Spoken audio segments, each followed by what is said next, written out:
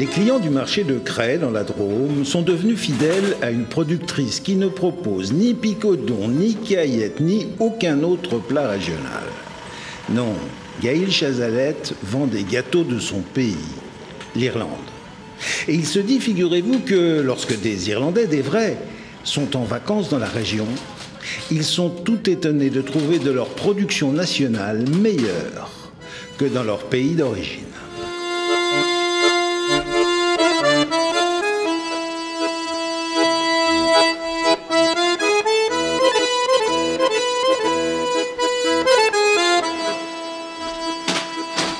Ça fait pile 28 ans. Quand on est arrivé à Cray au début, ça fait 30 ans. Mon mari a démarré son entreprise et moi je n'avais pas de travail. Et j'ai cherché du travail dans les restos locaux et tous les locaux et les boulangeries, mais je n'ai pas eu de succès.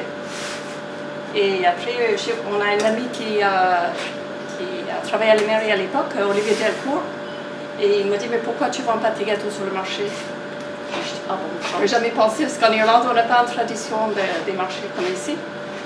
Et vraiment, les marchés, c'est des légumes, des fruits. Et je dis, pourquoi pas? Et il a dit, allez, essaye. Du coup, il m'a aidé beaucoup à faire des démarches administratives et tout ça. Du coup, je dis, bah, je fais un essai et ça plut tout de suite. Et du coup, j'ai fait... après, je me suis installée comme il faut avec le chambre de métier et tout ça. Et 28 ans plus tard, je suis encore là. J'ai fait un BTS de cuisine après mon bac. Et après, en Irlande, j'ai travaillé 8 ans dans des hôtels. Et mon dernier travail qui m'a plu beaucoup, c'était pour une petite salle où on était végétarien. Et moi, je préparais tout, sucré et salé. L'équipement, ça coûte cher, oui. Mais comme j'ai commencé petit et quand on est arrivé ici, je suis beaucoup mieux équipée que quand on était à Pigot, par exemple. J'ai commencé petit, bien sûr, avec 4-5 sortes de gâteaux. Et maintenant, je dois être au moins en cinquantaine. Et à peu près 500-600 gâteaux par semaine.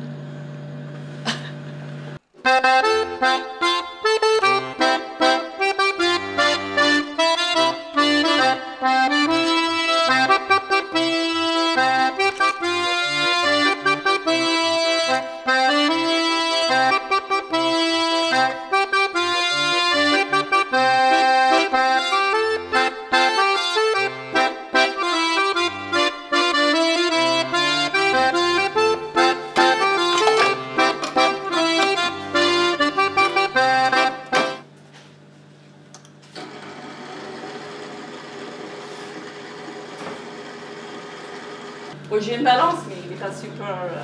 c'est pas au grand prix.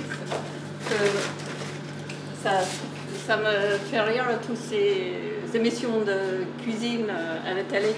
Ils disent, oh, il faut mesurer de grammes près. C'est pas vrai. C'est pas vrai. C'est pas vrai. Donc c'est 5 jours de préparation toutes les semaines? Oui, plus des journées, la fin de semaine, des journées très allongées. De 12 à 13 heures de travail, parce qu'il faut cuire pour que ça soit le plus frais possible. Jeudi, c'est une grosse journée. Donc, je commence à 6h moins quart et je finis vers 6h le soir. Lemon cake. Non, oui. Lemon cake. Allez, lemon cake. Lemon cake aussi. À tout à l'heure. À tout à l'heure. Oh, ça plut tout de suite. J'ai plus de production en été aussi. Et je vends très bien les tartes salées aussi en été et un petit peu moins de gâteaux parce que quand il fait chaud, les gens mangent moins de gâteaux.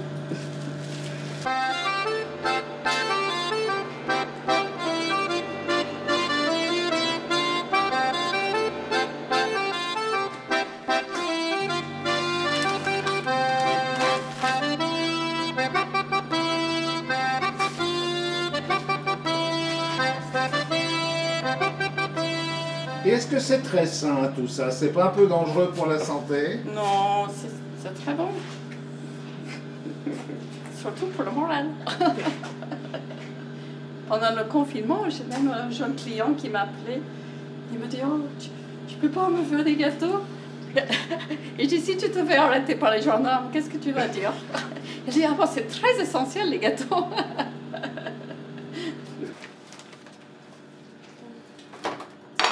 Ah ben dites donc, du beurre, il y en a. Hein. Qu'est-ce qu'ils disent les médecins? Faut faire du sport. Au revoir.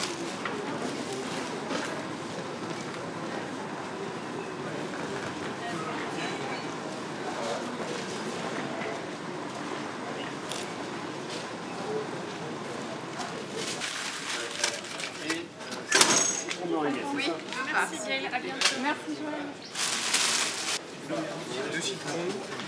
Deux citrons, non, tu sais, les deux, là, citron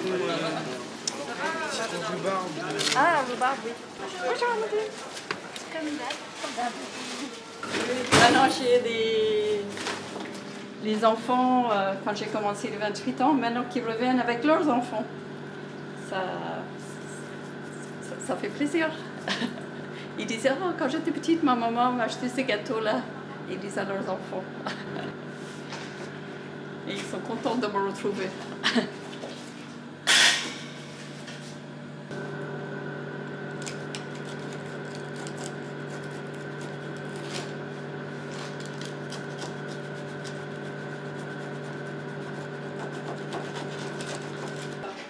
Donc vous ne livrez pas, vous ne livrez jamais à des salons de thé, des mariages, des choses comme ça?